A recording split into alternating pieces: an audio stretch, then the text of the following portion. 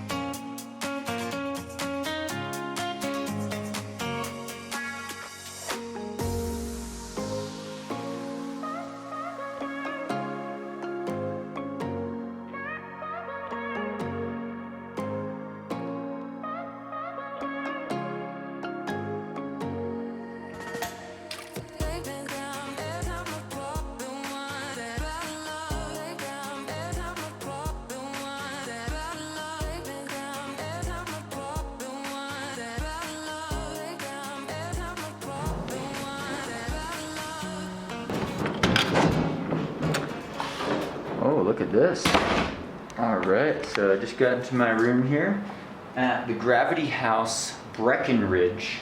Downtown location, great base camp for mountain adventures.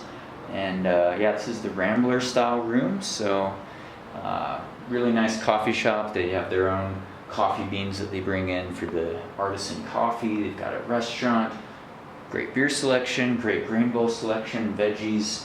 Had a nice meal there, as you can see from that. But yeah, downtown Breckenridge, really key area if you want to do skiing in the winter, but also mountain adventures, trails, mountain biking, sup paddle boarding down at the lakes. Yeah, just a straight shot up I-70 today, and getting ready for a big adventure tomorrow on the 10-mile range. Full disclosure, I was comped with this room.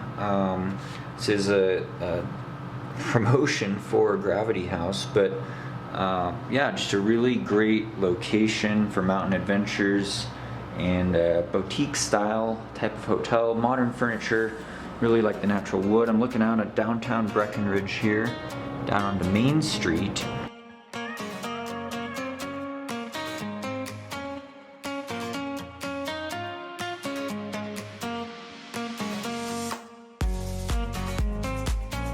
Carb up, time to carb up. Time to carb up because we got a big day tomorrow.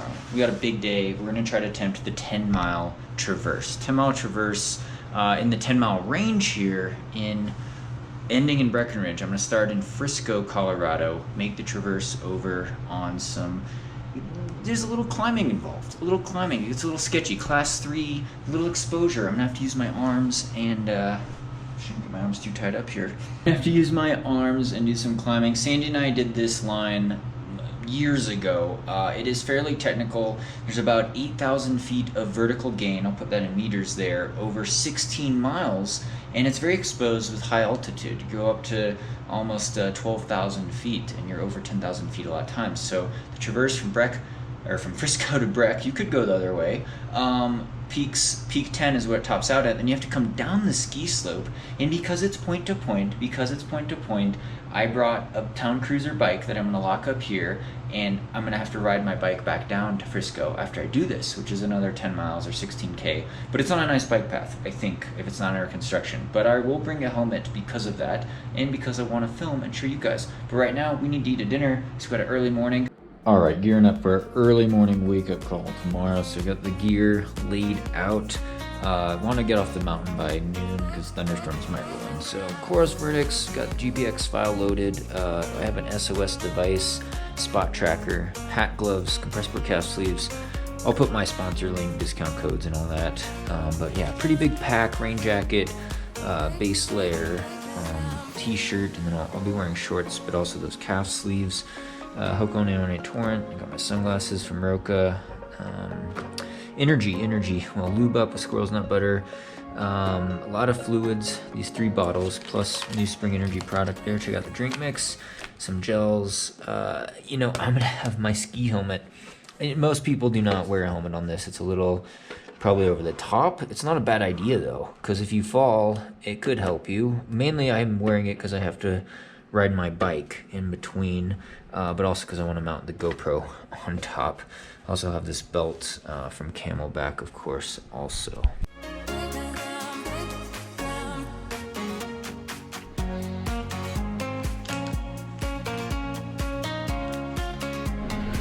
Alright, so I just woke up. It's a little after 6 a.m. now. I woke up at about 5. Had some nice coffee in the room. It's just getting light out, so try to be quiet, but we'll pack up and get out there.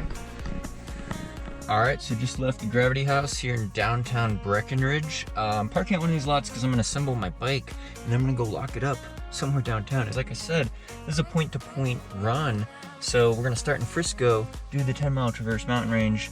It kind of leads into the Mosquito Range, but you know, 15 miles, 8,000 feet of climbing, high altitude, there's snow up there on the peaks, I could see it, technical ridge scrambling, worried about thunderstorm this afternoon, but hopefully we'll get that sorted out, and we'll get down here, and then we could ride our bike straight back down to Frisco, where I'm gonna park my car. Alright, so I'm gonna park the car downtown Frisco here, nice main street. They got it closed off, I think, for some dining outside, but it's west side of the trail, kind of over by I-70. There's a bike path, but then also the trail up the first climb, which we'll start on, which I'll show you some footage now, and I'll be quiet. Climb up Mount Royal, then Mount Victoria, then Peak 1, Peak 2, etc., etc. It's just before 7 a.m., 6:45 a.m., and I think it's whatever the date is today. It's Thursday or Wednesday morning, so wow, it's way too early. I probably should have had some more coffee, but let's get out there. All right, starting off from town here.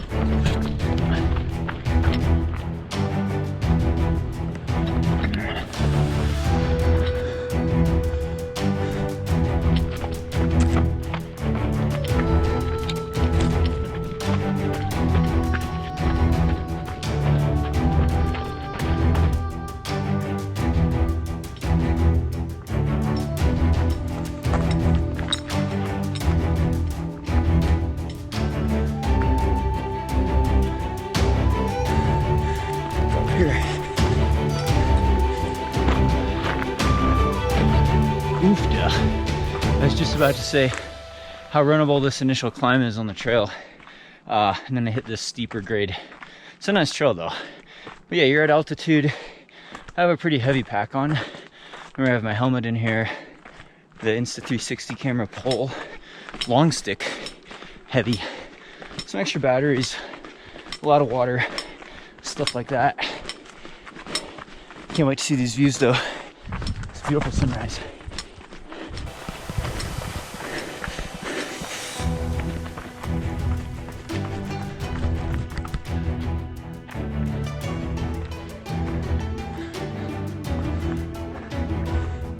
All right, so you don't actually summit Mount Royal. That's a little out and back to the summit, I think. I should go straight for Victoria Peak. Onward and upward. All right, so you can see I-70 down below, the lakes down there, east of Frisco. I said it was runnable coming up initially. There's parts where it's hands on knees power hiking. So for most people, look at this view. Most people having trekking poles would probably be a good idea, because you could really get in a good power hike up this. That being said, you probably want collapsible poles that store really tight in your pack, because on the ridgeline sections, you're gonna have to use your hands and arms to climb. You don't want poles sticking all over the place, knock you off the ledge. All right, let's get up Mount Victoria.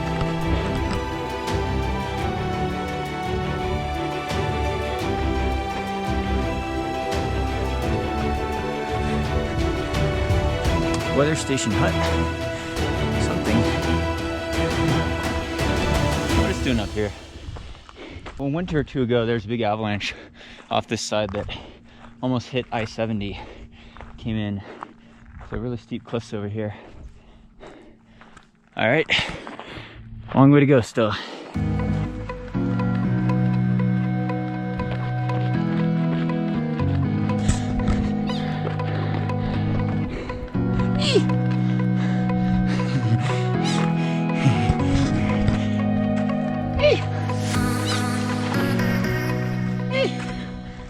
All right, about an hour 15 in. I forgot how long of a push this initial climb is up Mount Victoria, but definitely gets steeper and rockier on this ridgeline here. I got a little off trail, but there were cairns, and that's how it's gonna be the rest of the way. People kind of pick their line, but it is a defined line. So you can see, this is what we got going on here. This is where it's gonna get spicy. Well, actually after that, I think, across the range here. So weather's still looking solid. It's a little hazy from the wildfire smoke.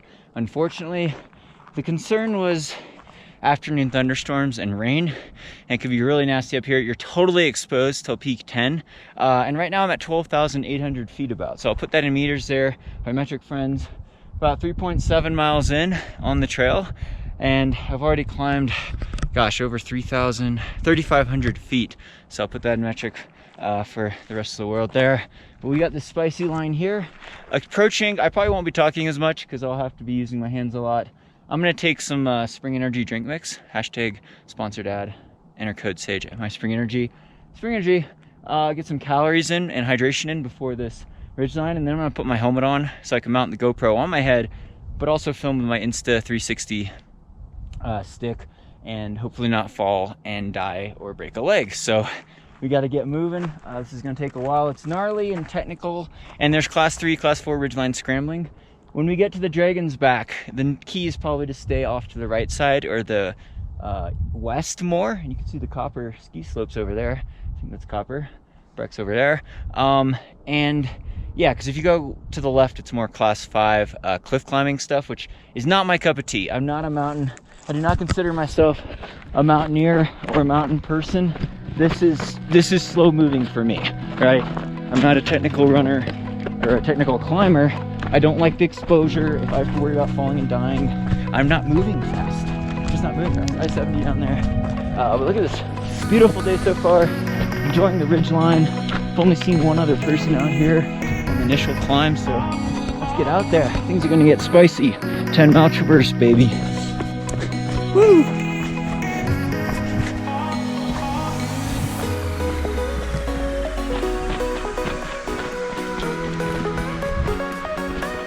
All right, got the GoPro on the helmet. So that was peak 1 to peak 2 here. Wasn't bad yet. This is the bad part, or the more technical part. The beautiful part, the Dragon's Back. And we'll probably stay to the right of a lot of the cliffs there. Ooh, look at this, summit marker.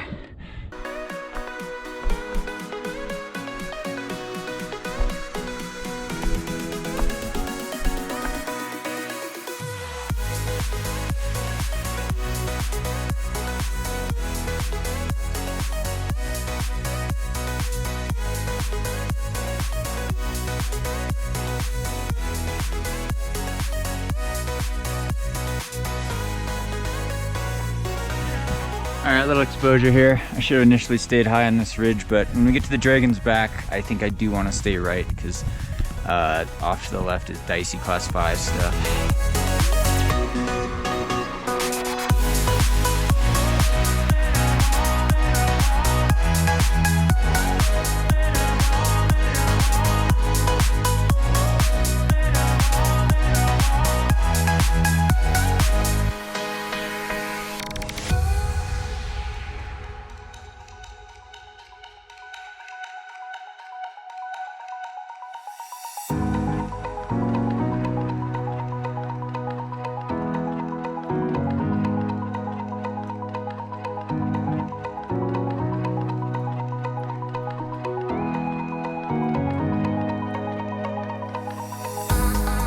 Down climb this, but this is kind of a no-fall zone here, and I'm gonna turn around and use both of my hands, get some good grip, because it is definitely a class 3, class 4 move with some exposure consequence.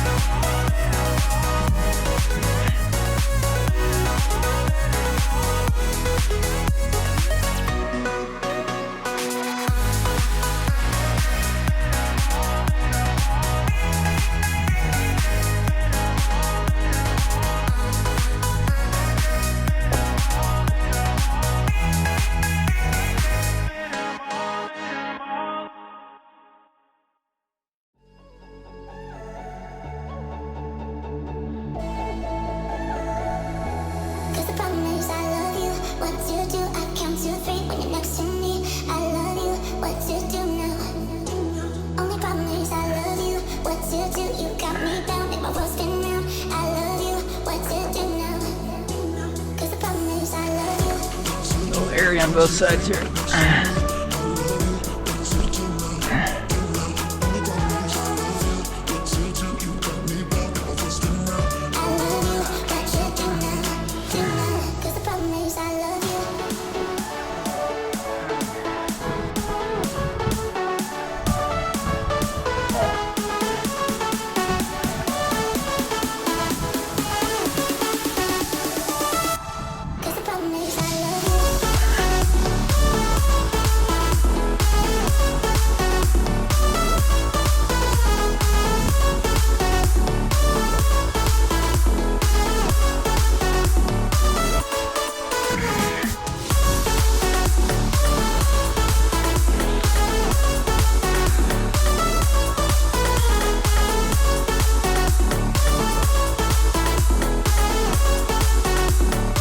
Alright, couple notes to self. That, I think, is actually the Dragon's Back. We hadn't gotten there yet. So that's the Dragon's Back. I think we're gonna go to the right down here. And coming off this ridge, I probably should have stayed high and down climbed this instead of going off over here, which is off to my left, climber's left. I feel like I had to do some class 4 moves there with some pretty high exposure. That's about my limit right there. So, you know, not all this rock. The rock's solid. It's not crumbly like, I don't know, the Maroon Bells, or like, I'd imagine what the Elk Range, a lot of the other mountains in the Elk Range are like, or a lot of other crumbly mountains. But, you know, some of this rock could fail on you. So you can't commit totally to a hold without there might being consequences. So approach the Dragon's Back here, get you some more shots. I'm about ready to get over to the runnable stuff. Looking out for some mountain goats, keeping an eye on the weather. We'll see what we can do up here at the Dragon's Back.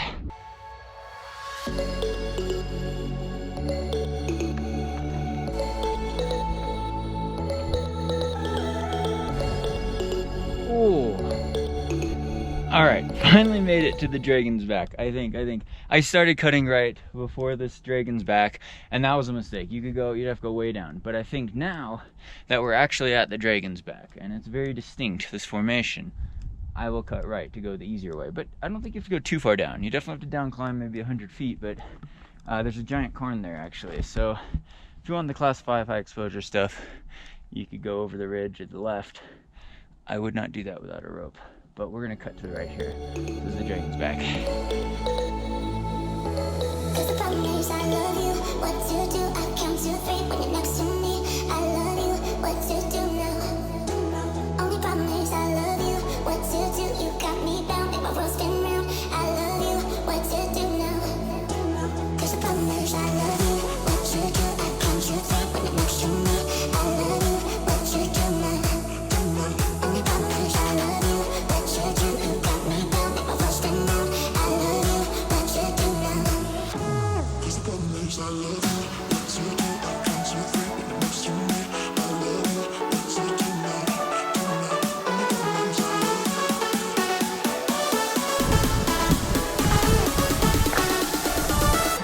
Woo!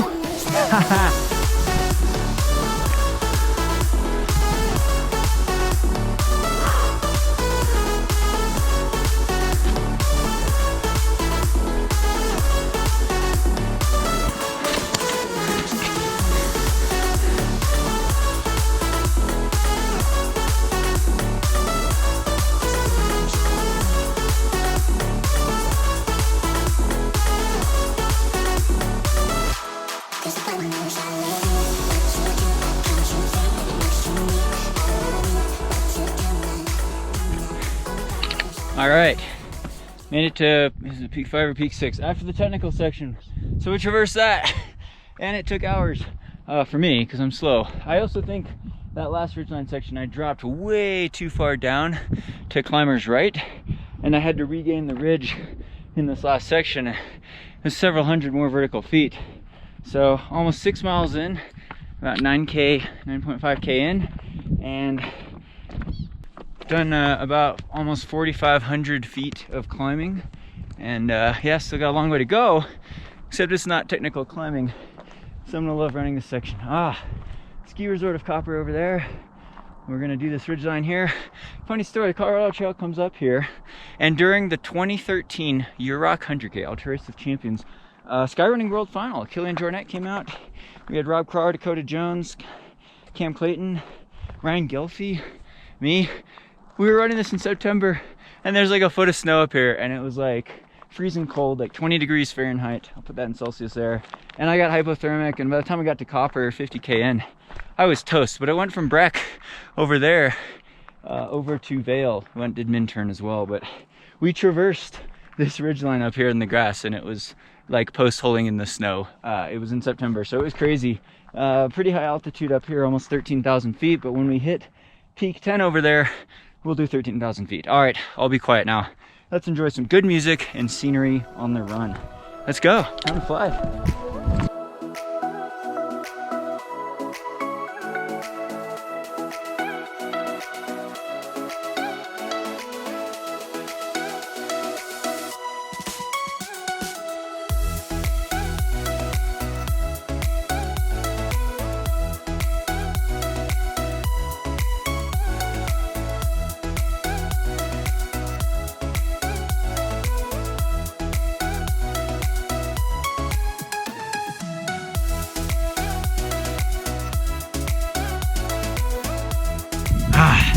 There it is, peak 10, flag on top.